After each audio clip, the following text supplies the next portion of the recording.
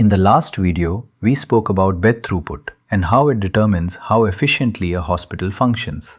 But today, I want to clarify something very important because this is where most doctors get confused. We often hear three terms: bed occupancy, bed turnover, and bed throughput. They sound similar, but they are very different. Let me start with a simple question. If a hospital has very high bed occupancy, does it mean the hospital is doing well? Most people will say yes, but the correct answer is not necessarily.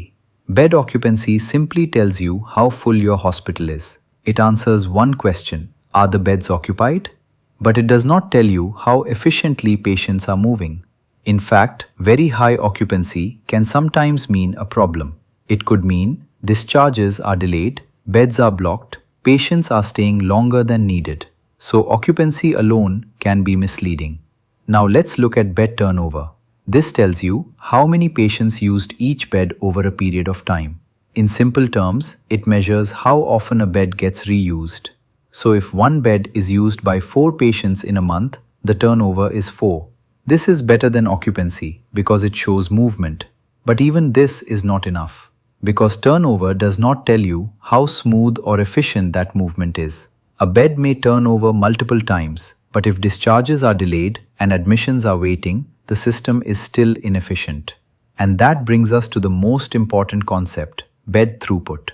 Throughput asks a different question. Not just are beds full or how often are they used, but how efficiently is the hospital converting beds into patient care.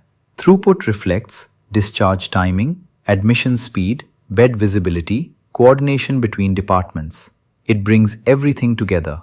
Let me give you a simple comparison. Bed occupancy asks, are we full?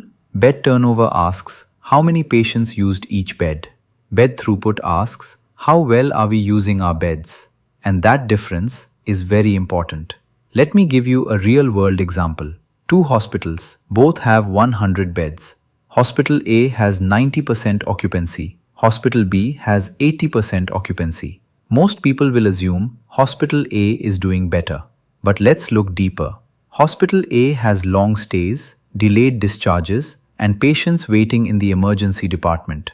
Hospital B has faster discharges, better coordination, and more patients moving through the system. So even with lower occupancy, Hospital B is actually treating more patients. That is the power of throughput. Now let me bring this back to you as a doctor. You might think these are administrative numbers, but they are not. Every time you delay a discharge, every time documentation is postponed, every time decisions are delayed, you are affecting throughput. And when throughput is affected, the entire hospital feels it. Emergency gets crowded, patients get frustrated, staff gets stressed, and growth slows down. So the next time you hear these terms, remember this simple hierarchy. Occupancy tells you how full you are. Turnover tells you how often beds are used. Throughput tells you how well your hospital is actually functioning. And if you want to improve your hospital, don't just look at how many beds you have. Look at how well you are using them. Final line. A full hospital may look successful, but an efficient hospital is what truly delivers care.